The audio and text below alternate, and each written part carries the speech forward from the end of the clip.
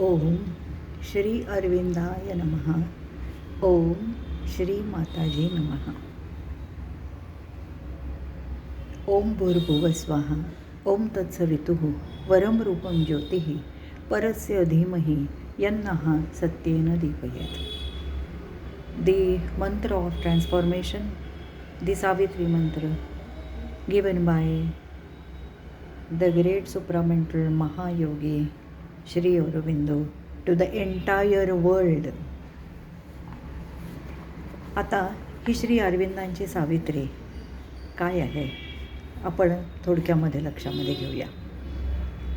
रेशमाचा कोश, फिक्या पिवळसर रंगाचा, लहान बाळाच्या मुठी एवढा, मात्र त्यातून मुलायम रेशमी धागा काढून झळाळतं रेशमी वस्त्र तयार करता येतं.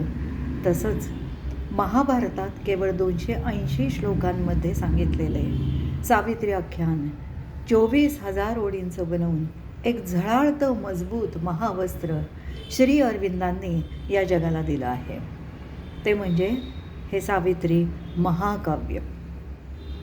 त्या 280 श्लोकांमधील गूढ हळुवारपणे उलगडून त्याचा एक एक धागा कथेतील व्यक्तींना रूपक बनवून एक रूपक काव्य त्यांनी तयार केलेलं आहे. आता सावित्री महाकाव्याचं मुखपृष्ठ Savitri, a legend and a symbol. Savitri एक आख्यायिका आणि एक प्रतीक असं आहे. कथा तीच, पात्र तीच, प्रसंगही तेच, पण त्या सर्वांना रूपक बनवलेलं आहे. अश्वपती हा शक्तिशाली राजा भौतिक अर्थाने आणि आध्यात्मिक अर्थानेही मानवाची देवत्वाकडे जाणारी उत्कट अभिप्सा व्यक्त करणारा. आता सावित्री साक्षात भगवतीचं साकार झालेलं तेज, सत्यवान, या जगातील असुर शक्तींच्या झंझावातापासून वाचू पाहणारं सत्य आणि म्हणून अल्पायुषी. द्युमत्सेन विजेप्रमाणे चपळ असलेल्या अश्वांचं सैन्य बाळगणारा हा समर्थ राजा, पण सामाजिक व्यवहार न जाणणारा म्हणून अंध. या रूपकांच्या माध्यमातून या जगात उत्क्रांती तत्वानुसार येणारा दिव्य मानव आणि त्याच्या अस्तित्वानं या धरणीवर निर्माण होणारं दिव्य जीवन, लाईव्ह डिव्हाइन, या महाकाव्यात श्री अरविंदांनी स्पष्ट केलेलं आहे. अशा तऱ्हेचं दिव्य जीवन, लाईव्ह डिव्हाइन, या धर्तीवर आणण्यासाठी त्यासाठी लागणारे उच्च स्थानी ऊर्ध्व जगती स्थित असलेलं तेज खाली आणण्यासाठी किती कठोर साधना, तपश्चर्या करायला हवी हेही यात सांगितलेलं आहे. यातील अश्वपती म्हणजे स्वतः श्री अरविंद. ते योग साधना करतात आणि आपलं इप्सित साध्य करतात, असा हा ऊर्ध्वगामी योग विस्तारानं वर्णिलेला आहे. या महाकाव्यात एकूण 12 खंड बुक्स आणि 49 सर्ग कॅन्टोज आहेत. त्यापैकी 3 खंड आणि 14 सर्ग केवळ अश्वपतीच्या योगाबद्दलचेच आहेत.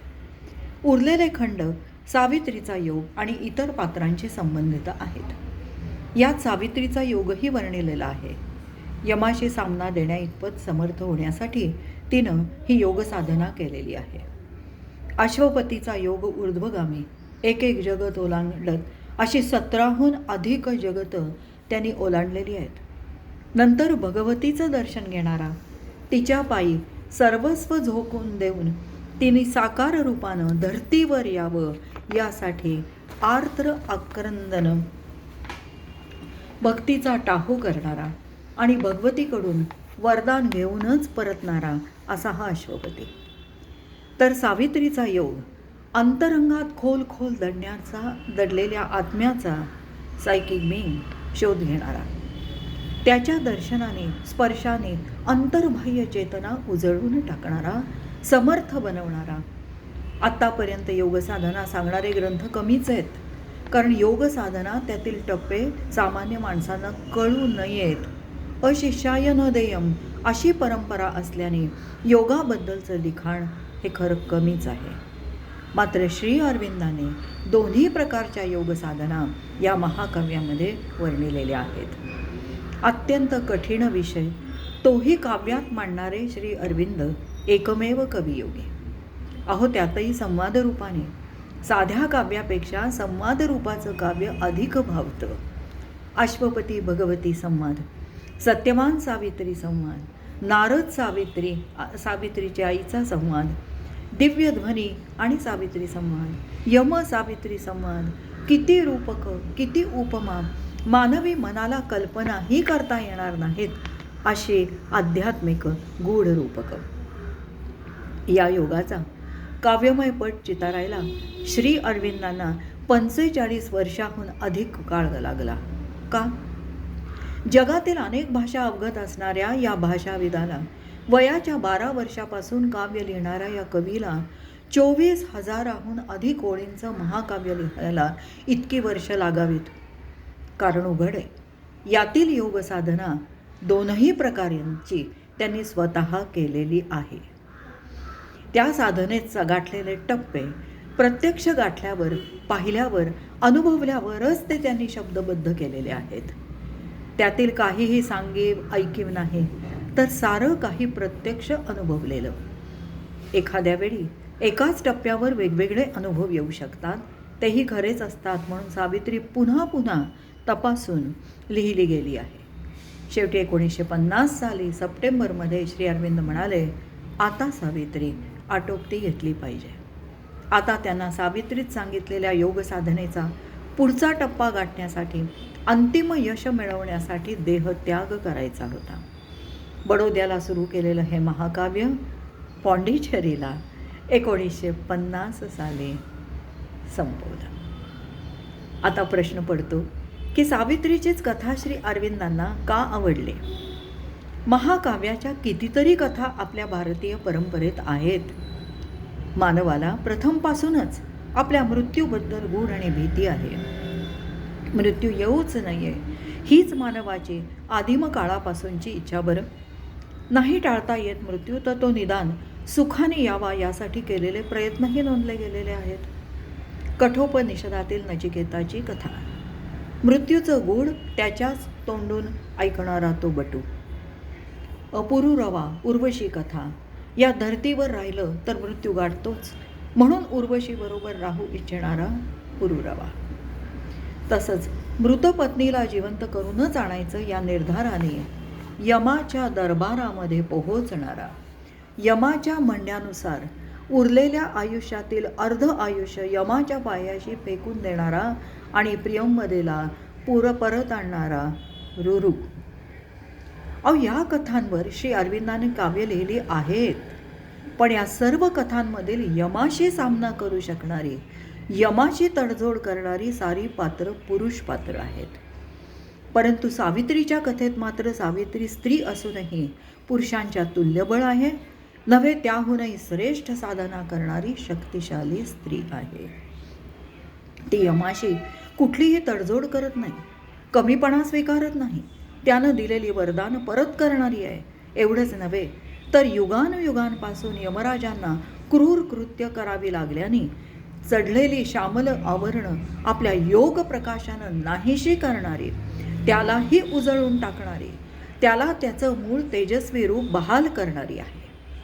त्याला शाप देऊन नष्ट न करता त्याच्या मूळ तेजस्वी रूपाची जाणीव करून देणारी ती आहे.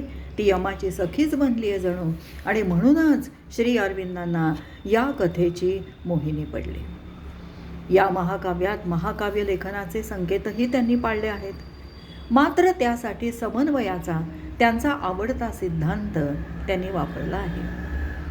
आता आपल्याकडील महाकाव्यात सृष्टी निर्मितीचे गूढ प्रथम वर्णन करायचं, नंतर एक एक कथा वा सूत्र उलगडत सृष्टीच्या अंताबद्दलची त्या कवीची कल्पना स्पष्ट करायची. तर पाश्चिमात्य महाकाव्यात या महाकाव्यातील मध्यवर्ती कल्पना आधी सांगायची आणि मग त्याभोवती मागच्या पुढच्या घटना या ओवायच्या. या दोन्ही प्रथांचा या महाकाव्यात उपयोग केलेला आहे. आपल्या परंपरेप्रमाणे सृष्टीचं गूढ सांगताना ते म्हणतात, it was the hour before the gods awake. देवांनाही जाग येण्यापूर्वीची ती घटका होती. देव म्हणजे कृतिशील दिव्यत्व. त्याआधी हे जगत कसं असेल? असीम शांतीनं भरलेलं, शांततमानं भरलेलं, जिकडे पाहाल तिकडे एकच एक अथांग शांत शून्य, प्रकाश नाही, हालचाल नाही, सारं काही निशब्द स्तब्ध. अ फॅदमलेस झिरो ऑक्युपाईड द वर्ल्ड. हळूच दूरवरून एका देवाने त्याचे तेजस्वी नेत्रकिरण या स्तब्ध शून्यावर टाकले. पहुडलेल्या देवाच्या मूर्तीवरील त्यांनी पांघरलेली शाल गळून पडावी तसा सारा अंधकार ओसरला. उषा पहाट प्रकाशमूर्ती बनून आली. सर्वत्र हालचाल सुरू झाली. धरित्री पुन्हा मागचेच दुःखद फेरे घेऊ लागली. जीव, वनस्पती, त्यातून विचरणारे प्राणी आले. मानवही धर्तीवर वस्तीला आला. समूहाने राहू लागला आणि अशाच एका मानववंशात आपलं दिव्यत्व झाकून ठेवून सावित्री सामान्य माणसांसारखी जगू लागली. आणि अचानक तो दिवस उजाडला. This was the day when Satyavan must die. या महाकाव्यातील हे पताका स्थान आहे. सत्यवानाचा मृत्यू होणं आवश्यकच. त्याशिवाय का सावित्रीची योगसाधना झाली असती? यमाच्या हातून तिनं सत्यवान परत आणला असता का? त्याच्यानंतर मग तेजस्वी सावित्रीला धर्तीवर उतरवण्यासाठी अश्वपतीचा योग, सावित्रीचा दिव्य ज्योतीचा जन्म, सत्यवान सावित्री भेट, नारदाची भविष्यवाणी, सावित्रीचा योग, यम सावित्री संवाद, शाश्वत दिनातील दिव्य ध्वनी सावित्री संवाद, सत्यवानाचे यमाच्या पकडीतून परत येणे, दिव्य जगताची उषा उरी बाळगणाऱ्या सावित्रीचे रात्रीच्या गर्भात असलेल्या उषक कालाची चाहूल घेत अरण्यातून बाहेर पडणं इत्यादी कथेतील एक एक प्रसंग उलगडत जातात. अश्वपती, या अश्वपतीला महाभारतातील कथेप्रमाणे पोटी संतान हवे आहे, पण ते नैतिकदृष्ट्या पुत्रपुत्री नव्हे तर या भौतिक जगताचा पूर्ण कायापालट करू शकणारी, तसेच आनंदी, सुसंवादी, दिव्य जगत निर्माण करणारी साक्षात भगवतीची दिव्य शक्ती, साकार झालेलं दिव्य तेज हवं आहे. संतानाच्या रूपाने आपल्या योग साधनेने सामान्य जगाला उन्नत करून सोडणारा, तसेच दिव्यत्वाप्रती पोहोचणाऱ्या मानवाचा अग्रदूत. One soul's ambition lifted up the race. हा अश्वपती तेजोमय जगतात पहिलं पाऊल ठेवतो. पुन्हा अंधाऱ्या जगात, या जगतातील अंधाराचा उगम कुठे आहे याचा शोध घेण्यासाठी उतरतो. रात्रीच्या प्रचंड विवरात उतरतो. An unhappy corner. तेथील अंधार आपल्या आत्मज्योतीनं तो उजळतो. तेथील प्रलोभनांना बळी न पडता तो पुढेच जात असतो. त्या जगतातील हा रहिवासी. ऑल बिंग्स वोर अ रॉयल स्टॅम्प्ड पॉवर असं म्हणतात. राजसी शक्तिमान असतात, चिरतरुण देखणे असतात, age never comes, never line the face असे असतात. तिथेच न थांबता आणखी वरवरच्या तेजस्वी जगतांमध्ये, आयडियल वर्ल्डमध्ये तो येतो आणि तेथील तेजाने हाही तेजस्वी शिंपल्याप्रमाणे चमकू लागतो. तिथं त्याचं स्वागत न सुकणाऱ्या गुलाबाने आणि विझणाऱ्या अग्नीने, डेथलेस रोज अँड क्वेंचलेस फायरने होतं. तरी हा तिथेही थांबत नाही. शेवटी जिच्या मायेच्या स्पर्शासाठी एवढी चढून आला त्या मातेचं भगवतीचं घर जवळच आहे ही त्याला जाणीव होते. तेजस्वी मातृमुख रेषांचं दर्शन होतं. तिनं खाली यावं म्हणून आक्रंदन सुरू होतं. शेवटी भगवती प्रेमाने आशीर्वाद देते. O strong forerunner, I have heard thy cry, one shall descend and break the iron law. सावित्रीचा जन्म होतो. बालपण, तारुण्य, नंतर सहचराचा शोध घेण्यासाठी निघणं, स्वर्गीचा पारदर्शी प्रकाश एकवटून तयार केलेली सोनेरी सावित्री आणि जीवनाचा सारा आनंद गोटून तयार केलेला हा आनंदाचा पुतळा. देवाच्या हातातील लखलखत्या परशुप्रमाणे असणारा सत्यवान, जन्मोजन्मीचे साथीदार म्हणून पटलेली त्यांची ती ओळख, निसर्गाच्या साक्षीनं झालेली वचनबद्धता, सावित्रीचे आनंदाने मोहरून परत येणं, त्याचवेळी नारद मुनींचे अश्वपतीकडे येणं, त्यांनी केलेली भविष्यवाणी, पुन्हा रथावर आरूढ होऊन सत्यवानापेक्षा कमी गुणवान पण दीर्घायुषीपती निवडण्याचा सावित्रीच्या आईचा आग्रह, त्याला सावित्रीचा ठाम नकार. माझ्या मुखातून उमटलेले शब्द पुसले जाणार नाहीत. देवांच्या नोंदवहीत त्याची नोंद झालेली आहे. असं उत्तर देऊन सावित्री आपल्या महाली निघून जाते आणि दगडी पुतळ्याप्रमाणे स्तब्ध निमूक झालेले नारद, अश्वपती, सावित्रीची आई हे सारे प्रसंग मुळातूनच वाचायला हवे आहेत. मानवी मनाला पडणाऱ्या प्रश्नांची उत्तरं नारदाच्या मुखावाटे श्री अरविंदांनी दिलेली आहेत. सावित्रीचा योग, पतीच्या शेजारी दुःखाने मूढ होऊन बसलेली सावित्री. पावसाळी रात्र, घनदाट अंधकार. त्या अंधाराला छेद देऊन उमटणारी सावित्रीच्या भ्रुकुटी मध्यांतली ती दिव्य ज्योती. O soul, vanquish time and death, find out thy soul म्हणणारी. त्या आदेशानुसार सावित्रीचा अंतरंगी प्रवास, त्यात लागणारे प्रदेश, तेथील लोक, देवासारख्या तेजस्वी समूहाने ज्या खडकावर प्रेमाचं पाणी पडून खळगे पडले नाहीत वा वासनेची हिरवळसुद्धा उगवली नाही, अशा अक्षत खडकावर तुझा आत्मा अग्निज्वालांनी वेढलेल्या कुंपणाच्या घरात बसला आहे, असं हे सांगणं.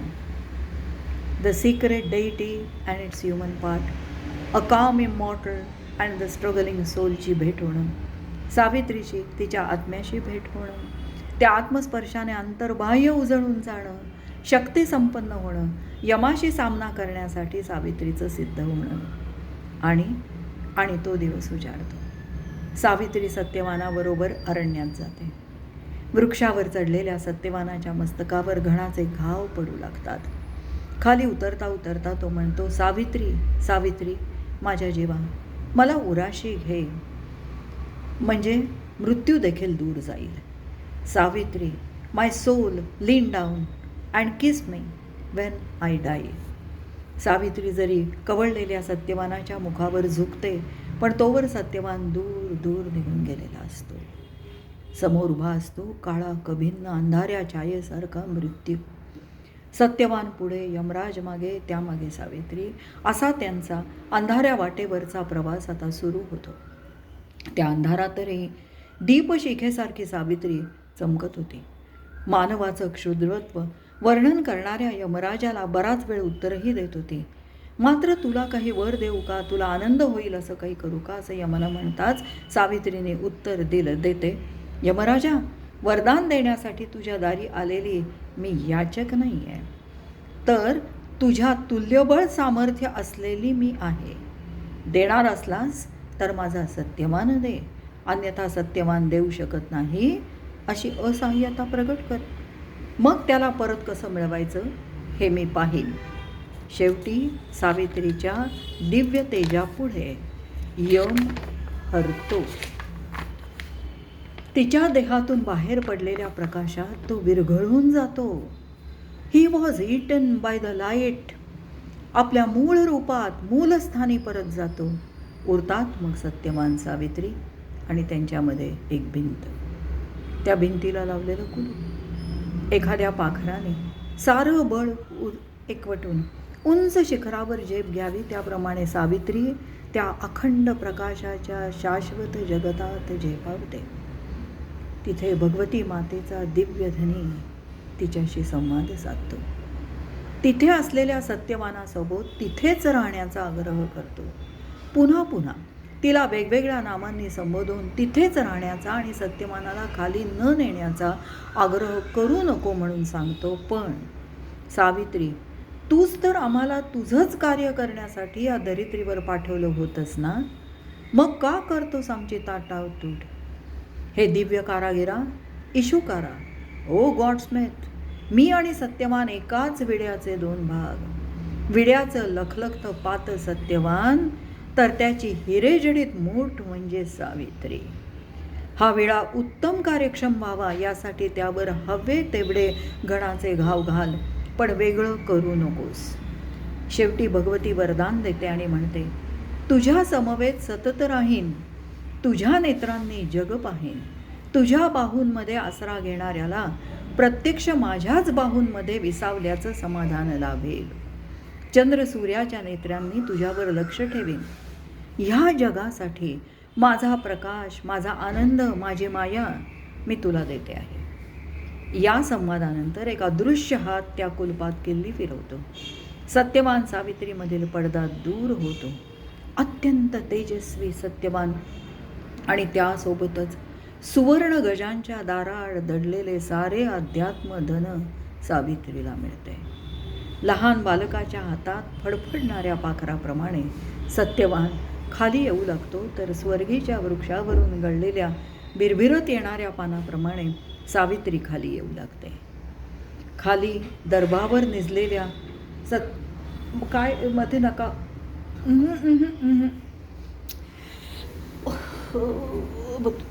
माय गॉड, हे एडिटमध्ये आता खाली खाली दर्भावर निजलेल्या सत्यवानाचे मस्तक मांडीवर घेते.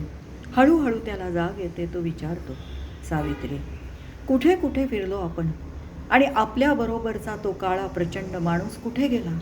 ते स्वप्न की हे स्वप्न? सावित्री म्हणते, तेही सत्य आणि हेही सत्य. तोपर्यंत सायंकाळ झालेली असते. सत्यवानाच्या पित्याला त्याची दृष्टी आणि राज्य परत मिळालेले असते. रथातून येणारा द्युमतसेन खाली उतरून त्या दोघांना पोटाशी घेतो. चांदण्यांनी खचलेल्या रात्री आपल्या उरी मानसी दिव्य जगताचा उषकाल बाळगून ती दिव्य सावित्री मानवी सत्यवानासोबत अरण्यातून बाहेर पडते. या महाकाव्यात मानव स्वसाधनेने किती मोठा होऊ शकतो हे सांगितलेलं आहे.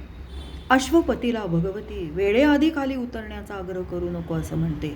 योग्य वेळी योग्य ते म्हणजे भागवत मुहूर्तावरच सर्व काही घडत असते.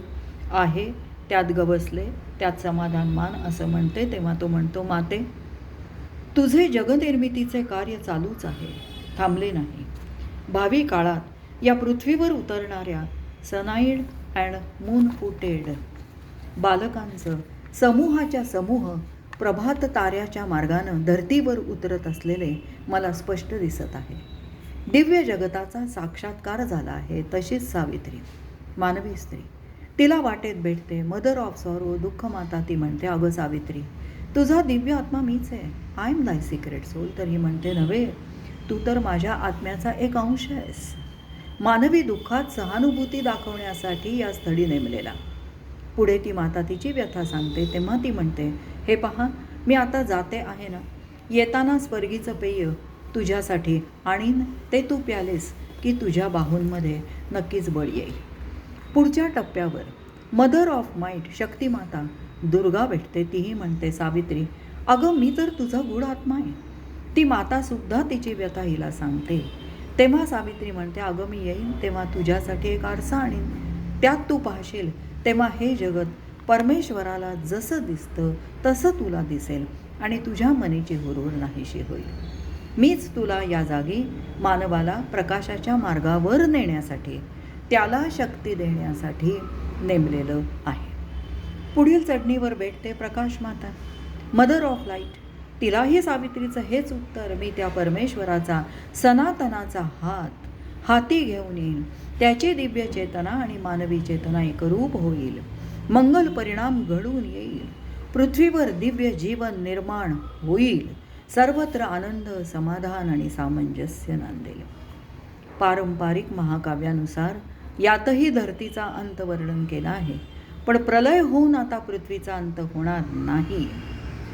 मनूचा मासा लागणार नाही वा प्रलयाच्या महासागराच्या लाटांवर तरंगणाऱ्या वटवृक्षाच्या पानावर पायाचा अंगठा चोखणारा बाळकृष्ण नाही, तर असा विनाश न होता याच मानवातून जीवन, दिव्य जीवन उत्क्रांत होणार. महामानव त्याच्या इथल्या वास्तव्याने धरित्रीवरील जीवन, दिव्य जीवन, लाईफ डिव्हाइन बनवणार. हा कसा असेल? नियतीचा, मृत्यूचा, प्रकृतीचा स्वामी कसा असेल? भोवतीचं वातावरण याचं वर्णन देखील डोळा असं वर्णन द बुक ऑफ एव्हरलास्टिंग डे, शाश्वत दिन या सर्गामध्ये आलेला आहे. या महाकाव्यात काय नाही, श्री माताजी सांगतात, सूर्यप्रकाशात जे काही घडू शकतं ते सगळं काही यात आहे. यातील प्रत्येक शब्द म्हणजे एक एक मंत्र आहे. असं हे महाकाव्य समजायला कठीण वाटत असलं कारण ते मनाच्या वरच्या स्तरावरून आलं आहे, तरी श्रद्धेने, शांत मनाने, एकाग्र होऊन वाचलं तर कळण्यासारखं आहे. आणि तसं ते समजणं हा तन मन मोहरून टाकणारा असा हा आनंद आहे. असं हे सावित्री महाकाव्य. ओम श्री अरविंदाय नमः. ओम श्री माताजी नमः. ओम शांती शांती शांती. सावित्री मंत्र, the mantra of transformation given by the great supramental Mahayogi Maharshi Sri Arvind to the entire world. Om Bhurvuvasvaha. Om Tatsavituhu. Varam Rupam Jyotihi. Parasya Dhimahi. Yannaha Satyena Dipayet. Om.